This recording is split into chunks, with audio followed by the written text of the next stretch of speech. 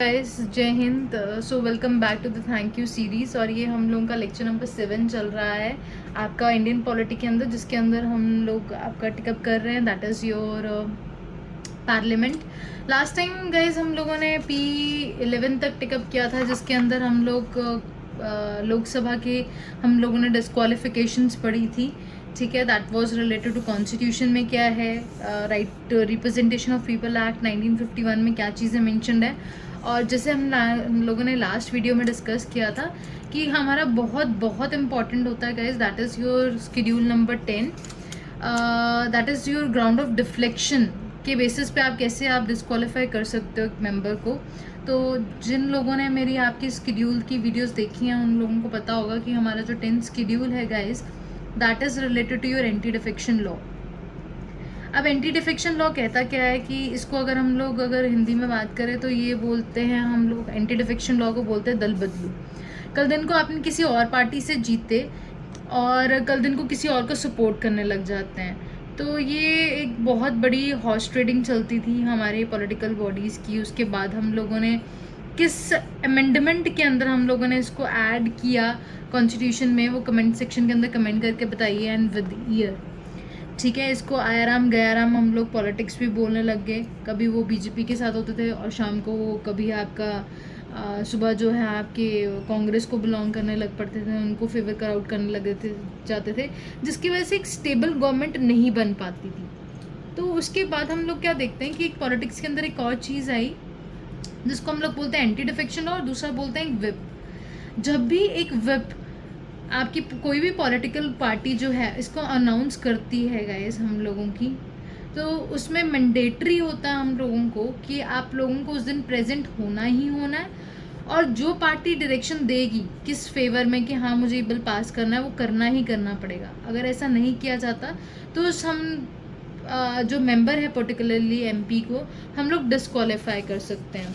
So this is your round of deflection guys, और ये बहुत ही इम्पॉर्टेंट आपका एक आपका ये 4 पॉइंट्स रहेंगे।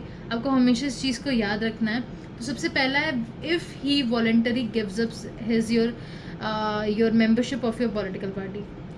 किसी कोई आपका बंदा बीजेपी के नाम से खड़ा हुआ था, कल दिन को उसी पार्टी को आपका रिज़ाइन कर देता है, या फिर सोहन कि आपका कोई आपकी पार्टी के लिए खड़ा हुआ था तो उन्होंने वहाँ से रिज़ाइन कर दिया। ठीक है, दूसरा हमारा जो है guys, that is your if he abstains और वोट्स फ्रॉम द वोटिंग। जैसे हम लोगों ने बात की थी विप, अगर वो विप घोषित की है प्राइम मिनिस्टर ने और अपने जितने भी उनके बीजेपी के या जितने भी सपोर्टर्स होंगे या कांग्रेस के या आपके हैं, वो जितने भी सपोर्टर्स होंगे उनको बोलेंगे जिन्होंने उनको टिकट दी थी कल दिन को कि आपको आना ही आना है और कल दिन को हमारी फेवर में वोट करनी ही करनी है। अगर वो ऐसा कुछ करते हैं कि वोटिंग नहीं करते हैं या उनके खिलाफ जाते हैं जो गिवन डायरेक्शन से अगेंस्ट है, तो आप सिंपली उनको ग्राउंड ऑफ डिफ्लेक्शन से बाहर निकाल सकते हैं गाइस। बट इसको याद रखिएगा कि एंटी डिफेक्शन लॉ जो है हम लोगों का, ये तब नहीं लगता है क्योंकि ऐसे तो हमारी कोई भी वॉइस रहेगी नहीं ना किसी इंडिविजुअल की। इस वजह से हमारे एंटी डिफेक्शन लॉ के अंदर ये बोला गया है कि 2/3 ऑफ मेंबर्स, अगर हम लोगों के कल दिन को सभी जो हैं अगेंस्ट जाते हैं उनकी वोटिंग के, तो हम लोग उनको कभी भी एक्सपेल नहीं कर सकते।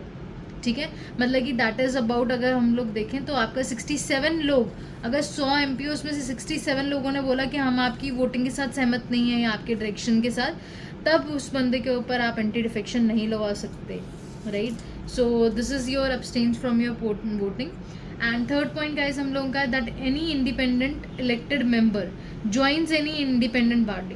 ठीक है, कल दिन को हम लोग देखते हैं कि आपके आज़ाद उम्मीदवार आपके बहुत खड़े होते हैं जिसको हम लोग इंडिपेंडेंटली बोलते हैं कि आपका किसी पार्टी को बिलोंग नहीं करता था, he has a good fame and grace in the society उनके स्टेट के अंदर, तो वो इंडिपेंडेंट लड़े और ना उनको बीजेपी पसंद है ना उनको कांग्रेस ना उनको आप, तो उन्होंने खुद किया है। अगर वो कल दिन को कोई भी पॉलिटिकल पॉइंट ही ज्वाइन कर लेते गाइस, तो आपका एंटी डिफेक्शन के हिसाब से हम लोग बिल्कुल उनको निकाल सकते हैं। ऐसा उसके बीच में ऐसा कोई लॉज नहीं है। जैसे हम लोग आपका पढ़ेंगे अगले पॉइंट के अंदर, दैट इज़ कि 6 मंथ्स की हमें वैलिडिटी मिलती है। जो हमारा लास्ट पॉइंट है that is your 4th point. इसके अंदर कोई भी जो नॉमिनेटेड मेंबर्स होते हैं, यू नो डैट कि हम लोगों का जो 80 क्लॉज 3 करके हम लोगों का आर्टिकल है। यहाँ पे जो प्रेसिडेंट है लोकसभा राज्यसभा के अंदर आपके 12 मेंबर्स जो है आपके नॉमिनेट कर सकते हैं, जिसके अंदर सचिन, रेखा जी, बहुत सारे लोग आपके नॉमिनेट हुए हैं। तो ऐसे जितने भी आपके नॉमिनेटेड मेंबर्स हैं, अगर वो कोई पॉलिटिकल बॉडी ज्वाइन करते हैं आफ्टर 6 मंथ्स, अगर उन्होंने करनी है, कल दिन को उनको नॉमिनेट किया गया है, या तो विद इन 6 मंथ ज्वाइन कर ले।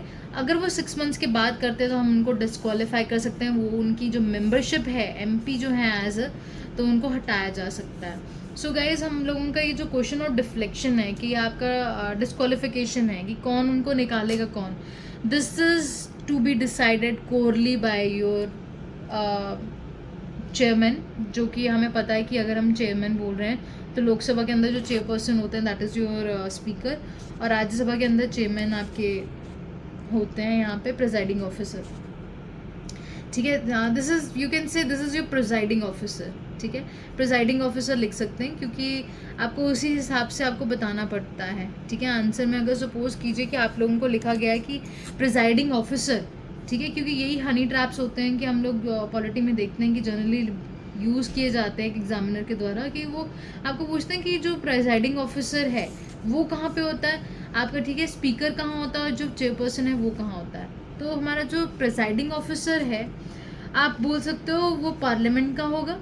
ठीक है, अगर स्पीकर पर्टिकुलरली बात कर रहे हैं तो वो लोकसभा का होगा, और अगर चेयरपर्सन बोल रहे हैं तो राज्यसभा का होगा। तो इनको इन चीज़ों का ध्यान रखना है कि अगर disqualification of the member of Lok Sabha पूछा जा रहा है तो स्पीकर लिखेंगे, आपको अगर चेयरपर्सन पूछा जा रहा है तो आप राज्यसभा लिखेंगे, अगर आपको पार्लियामेंट पूछा है कि डिस्क्वालिफिकेशन ऑफ एमपी कौन करेंगे तो हम फर्स्ट प्रेफरेंस आपके प्रिजाइडिंग ऑफिसर को देंगे because that's the neutral term. Guys, तो ये हम लोगों का ग्राउंड ऑफ डिफ्लेक्शन है। ठीक है, ये हमारे 10 शेड्यूल के अंदर है और ये बहुत बहुत इम्पॉर्टेंट है गाइस। एंड इसके अंदर पहले हम लोग रिव्यू नहीं कर सकते थे, जुडिशियल रिव्यू, कि क्या डिसीजन ले रहे हैं किसको डिस्क्वालिफिकेशन करने के अंदर, बट बाद में इन्होंने जुडिशियल रिव्यू इस पर अलाउ कर दिया। तो this is all for your summary guys, this is really important. Thank you so much for your love and support guys, God bless you.